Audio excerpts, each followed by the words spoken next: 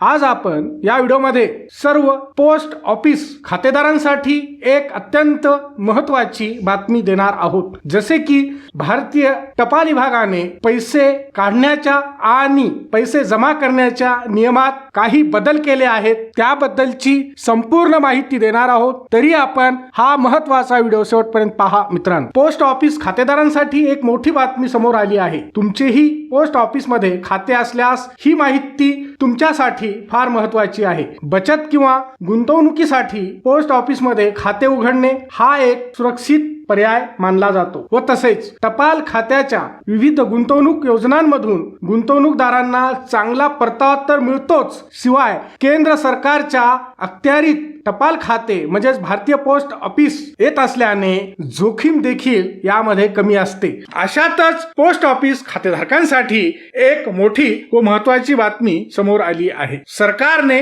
Post office खात्याशी संबंधित काही नियम बदलले आहेत। या बदललेल्या नियमांबाबत पोस्ट ऑफिस खातेदारांना माहिती असणे अत्यंत आवश्यक आहे। केंद्र सरकारने पोस्ट ऑफिस बचत खात्याशी संबंधित योजनांमध्ये 3 महत्त्वाचे बदल केले आहेत। या नवीन नियमांबाबतीत केंद्रीय वित्त मंत्रालयाने 3 जुलै रोजी एक अधिसूचना देखील जारी केली आहे। या अधिसूचनेत टपाल विभागाच्या बचत खात्यासंबंधीच्या नवीन नियमांबाबतीत संपूर्ण माहिती देण्यात आली आहे। आता नवीन नियमानुसार ग्राहकांना म्हणजे खातेदारांना पैसे काढण्यासाठी फॉर्म 2 ऐवजी फॉर्म नंबर 3 भरावा लागणार असून पासबुक दाखवून खात्यातून किमान म्हणजे कमीत कमी 50 रुपये काढू शकतील। यापूर्वी 50 रुपयांसाठी फॉर्म 2 भरून आणि पासबुकवर सही करून पैसे काढावे लागत होते। याशिवाय महत्त्वाचे म्हणजे आर्थिक वर्षाच्या शेवटी खात्यात किमान म्हणजे कमीत कमी 500 रुपये असणे